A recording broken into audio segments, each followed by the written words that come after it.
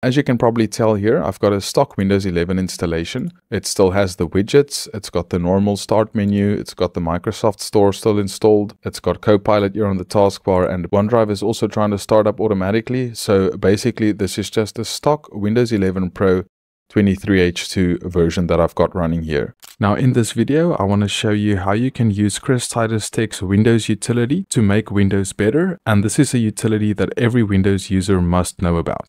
So if you do a Google search for the Chris Titus Windows utility, you'll normally get these two pages as the best results. One of them takes you to his website and the other one takes you to the GitHub page. It doesn't really matter if you use his website or the GitHub page, but what you're looking for are these launch commands here. So we're just going to launch the stable branch by copying this command here. And then you want to right click on your start button and then either open the terminal or PowerShell as admin. If you have user account control enabled, you'll see this screen. Then you can just click on yes.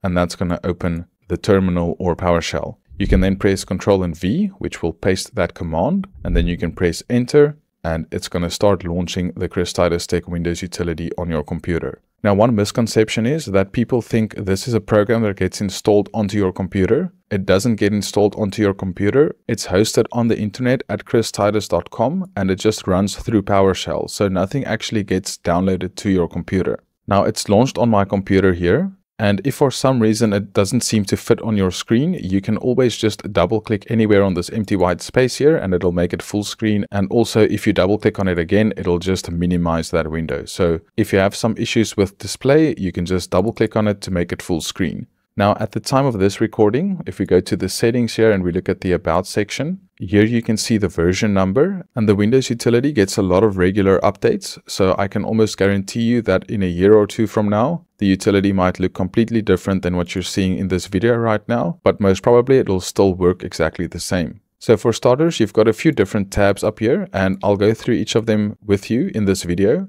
But starting with the Install tab, here you can select a bunch of utilities that you can install on your computer. So what happens is, let's say I select something like 7-Zip, for example, and I click on Install. If I go ahead and press the Windows key, you'll see that there are two different terminals open. One is the GUI for the Chris Titus Tech Windows utility, and then there's also the terminal window here, or the PowerShell window, that shows you the status of what's happening. So the very first time you install something with this utility, it's going to update WinGet if it's outdated, and it might also download some other dependencies as well, like you can see here.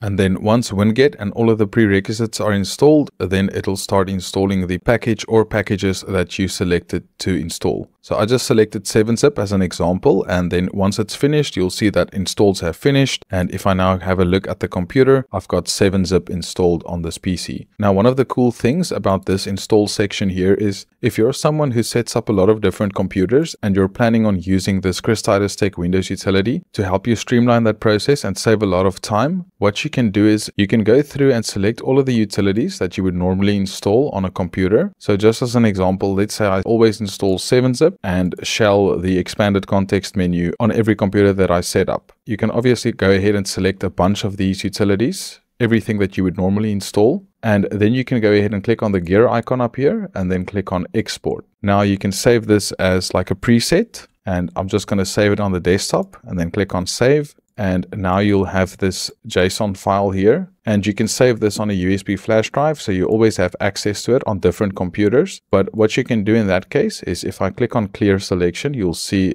it's no longer selected. Then if you click on the gear icon again and you click on import, and you import that preset file, then it'll automatically select all of the utilities that you've selected to install on the computer, and then you can click on install and upgrade selected. And this also counts for all of the tweaks that you would select, or basically anything else that you would select in this utility. You can create a preset file so you don't have to go and manually select every single thing every time. Then on each computer you can just import that preset into the utility and then run the tweaks and install the programs, which will save you a lot of time when you're setting up new computers. But that's about it for the install section. So let's go to the tweaks section. Now the Windows utility tweaks that I have in my unattended winstall answer file, basically a lot of them comes from this page here. So what you would normally do here is just click on the standard button, and then it's going to select a bunch of these tweaks here. So before it runs any of these tweaks, it'll create a restore point if you have that selected, which is selected by default when you click on the standard selection up here. but it also has a lot of other useful tweaks. You can delete the temporary files. You can disable consumer features, which is basically like ads in Windows. You can disable telemetry. You can disable activity history, disable the game DVR, disable hibernation, disable home group, which doesn't actually exist anymore in Windows 10 or 11, I think. You can disable location tracking. You can disable storage sense. Teredo, which is a network tunneling feature that can cause additional latency. You can disable Wi-Fi sense, and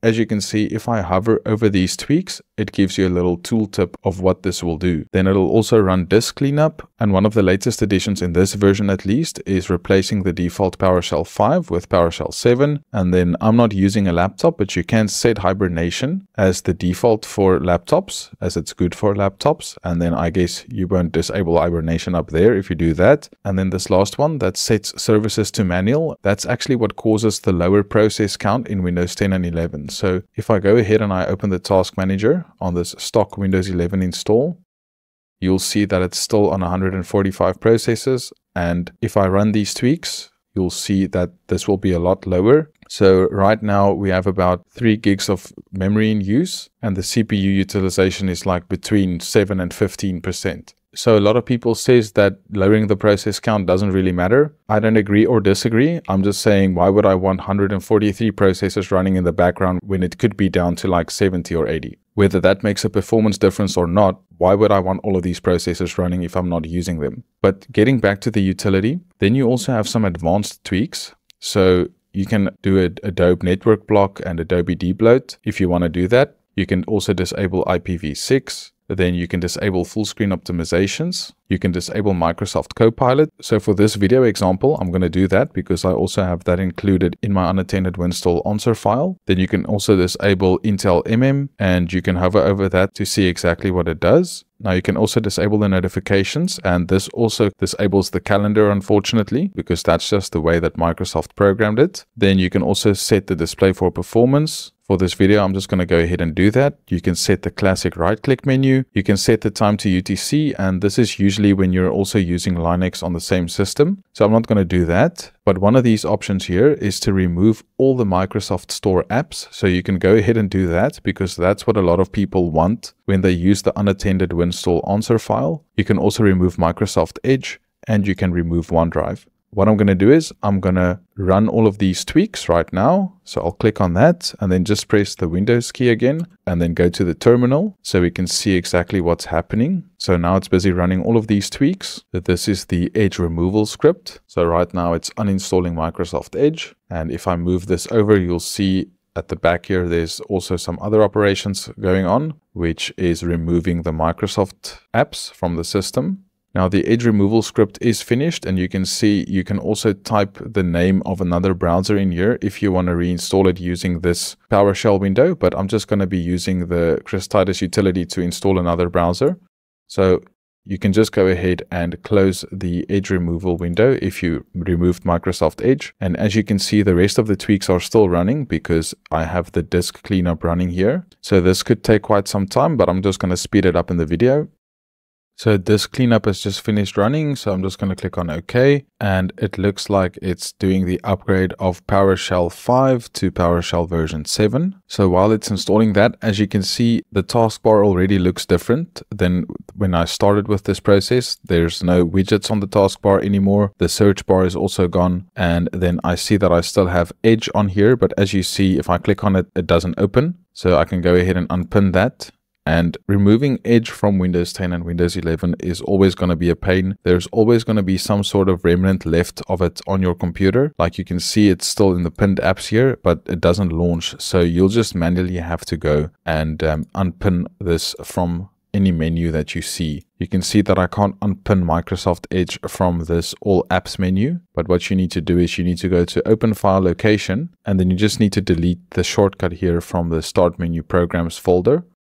And then if you go back, it should be gone from the list of apps on your start menu. But like I said, you'll always have some remnants of Microsoft Edge on the computer left because it's part of Windows. Removing it completely is very difficult. But once all of those tweaks have finished running, you'll see that the tweaks are finished. Another thing that I just wanted to show you here is you can also click on this Run O&O Shutup 10 button. Now, if you don't know what O&O Shutup 10 is, If I click on that, it basically launches this software here, and this also helps you get better privacy on Windows. So you can either set the settings for the current user or for the local machine, and you'll see that there are some different settings switching between these two tabs, but you can go through each of them individually if you want and decide what you want to disable or leave enabled. But you can basically click on actions here. Then you can apply the recommended settings, or you can apply the recommended and somewhat recommended settings, or you can go ahead and apply all settings. Now, basically what these three settings mean is applying only the recommended settings means your Windows experience will still be stable. Applying the recommended and somewhat recommended settings means you might run into some trouble with some apps that you're trying to use. And then if you apply all settings, there's definitely some stuff that's just not going to be working in Windows anymore. But you can also create a system restore point before doing this. So if something breaks, you can just go back to the system restore point, or you can also undo all of the changes and just go back to the factory settings. So just for the sake of this video, I'm just going to apply all the settings because this is a test machine, and if something breaks, then we'll also see it in the video. But I'm just going to apply all of the settings. I'll create a system restore point just so I can go back, and you should definitely create a system restore point if you're doing this on your computer. So as you can see, the settings have been applied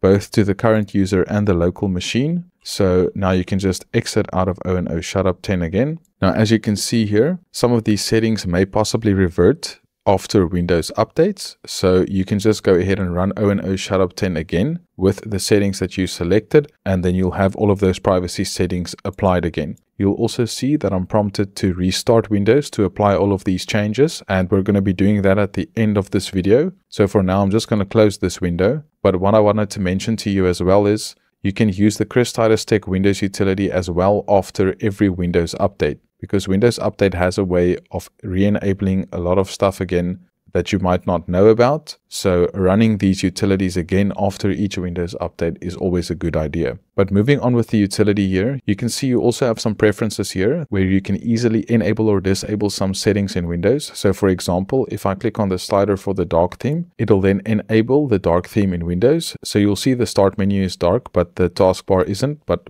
after we restart Windows, the taskbar will be dark as well. So you have a lot of these preferences here that you can go through and enable or disable to your liking. For example, the Bing search in start menu, I'm going to disable that because I don't want search results from Bing in the start menu. You can switch on the numlock on startup. You can show file extensions by default. You also have these snap windows and assist flyouts and mouse acceleration, which I'll definitely disable. You can enable the taskbar search. You can enable widgets, task view button, and sticky keys. Then lastly, you can also add and activate the ultimate performance plan. So if you go ahead and click on that, and you come over to the config tab up here and you go to legacy Windows panels and you click on power panel, it'll take you to this screen where you'll have the additional plans where you can then activate the ultimate performance plan on your computer, which can obviously give you better performance because it uses more power and then in turn provides ultimate performance on higher end PCs. But going back to the tweaks here, you can also create a WinUtil shortcut, and I guess you can just select the save location. So for example, if I save it on the desktop, then you'll have a shortcut to the Windows utility on your desktop. But going over to the config tab here, you can also install some of these features here like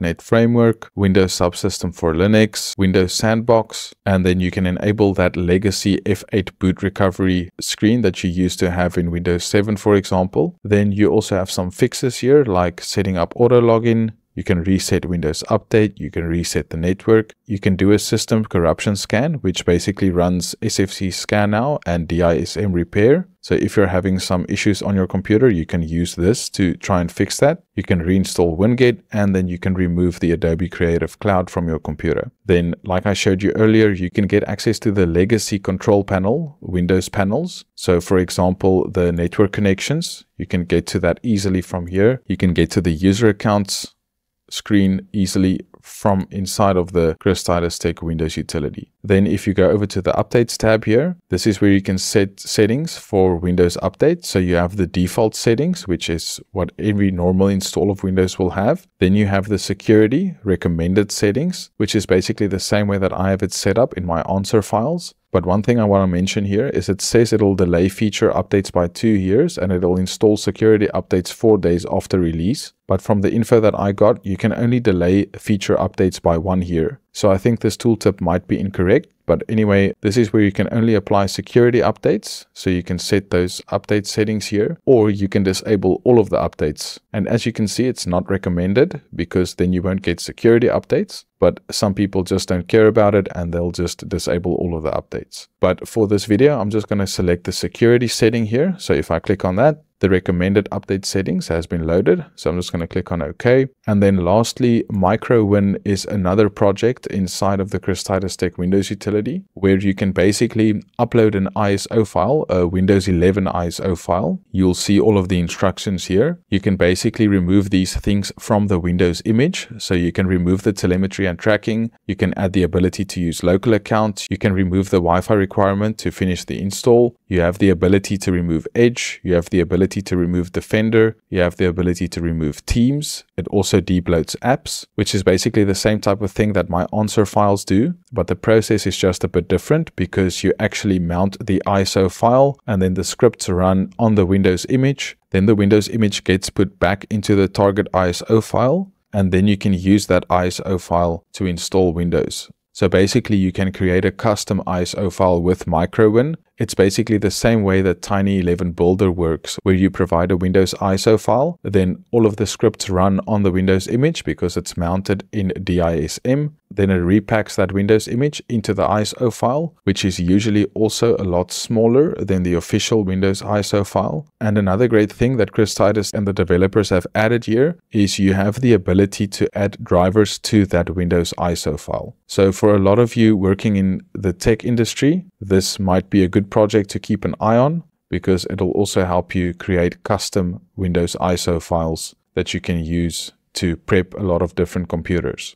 Now, I might make a different video in the future looking specifically at MicroWin, so you can keep an eye out on the channel for that. But this is all that I wanted to show you in the Chris Titus Tech Windows utility. So I'm just going to exit out of it and then close the terminal as well. Once again, you can see I still have this Microsoft Edge icon here, but if I double click on it, it's not going to launch because it doesn't work anymore. So I'm just going to delete it and then empty the recycle bin as well. And then I also still have this preset file that I showed you earlier. But let's go ahead and restart the computer. So once we get back, we can just have a look at some of the settings that we've changed. So after the restart, you can see that dark mode is completely enabled now. If I open the start menu, it's still populated with a lot of these apps. So it doesn't get rid of everything like my answer file does, but you can also just go ahead and right click on these apps and click on uninstall, which will also uninstall it from the computer. And you can do the same thing with these apps here. But I guess you don't want to go through all of the trouble going through these things one by one, uninstalling them from the computer. But if we have a look at the settings here, and we have a look at privacy and security, I'm interested to see what these settings look like. So these are all turned off. If we have a look at speech, it's turned off. Typing personalization is turned off. Diagnostics and feedback, these are all turned off, which is good to see. The activity history should be turned off. So I think a lot of these settings were set by O&O Shutup 10. So also using that in the Chris Titus Tech Windows utility is a good thing. And if we go to system and we have a look at the notifications, that is also disabled. And that's also good to see because that's one of the settings we selected. The Windows Update will also still work normally, and because I selected the recommended settings, which is only to install security updates, that's the only updates that will be installed. But like I said, after installing Windows updates, it's a good idea always just to run the Windows utility again and select those tweaks again and then run them on your system. Now, if you right click on the Start button and you go to Installed Apps, you can actually uninstall these apps as well, like the calculator and the camera app, for example, as well as Cortana. So you have the option of uninstalling these apps in your computer. without the Chris Titus Tech Windows utility. As you can see, Microsoft Edge and Edge Update is still here, but it doesn't work. Like I said, there will always be some remnants left on the system. But if you want to get rid of these other apps that you're not using, like Quick Assist, for example, you can also uninstall that. You can uninstall the sticky notes. You have the option of uninstalling these apps inside of Windows as well. But that's the whole point of the answer files that I created and why I created that unattended WinStall GitHub repo, because I set up a lot of different computers, and going through this process on each computer that you set up is very annoying and takes a lot of time. So the whole point of those unattended WinStall answer files is to automate a lot of the processes that I would normally have to do manually. And as you can see, the process count is also down compared to the stock Windows install that we saw earlier. And like I said, a lower process count might not necessarily make your computer faster, but why would I want a whole bunch of processes running in the background when they don't need to be running when I'm not using them? So that's my thought process behind it. And like I said, this is one of the ways that you can use to basically get the same type of experience that I have in my unattended WinStall answer files on an existing Windows installation. And I know my standard file also removes the Microsoft Store, and you can see that you can't uninstall it here, but you can actually uninstall it using the terminal or PowerShell as admin. And you can do that by just running this command here. If you run that, it's going to uninstall the Microsoft Store from your system. So this is only for the people who don't use it. But the rest of these apps, you can go ahead and right click on them and then just uninstall. Same with the Xbox app, and all of these other apps you can install in the same way. But like I said, that's why I have the answer files. So this process is already automated for you, and you don't have to go through this if you're installing Windows on a bunch of different computers. But I really like the Chris Titus Tech Windows utility. It helps you a lot on computers that already has a stable running Windows, where people have already installed their apps and files and they can't necessarily afford to reinstall Windows and go through the entire setup process again because they have specific software that they use with the license keys and all of that. Then running the tweaks in the Windows utility is a very good choice for getting a more debloated experience in Windows. But with that being said, if you got any value out of this video, please remember to give it a like, and I'll talk to you guys soon.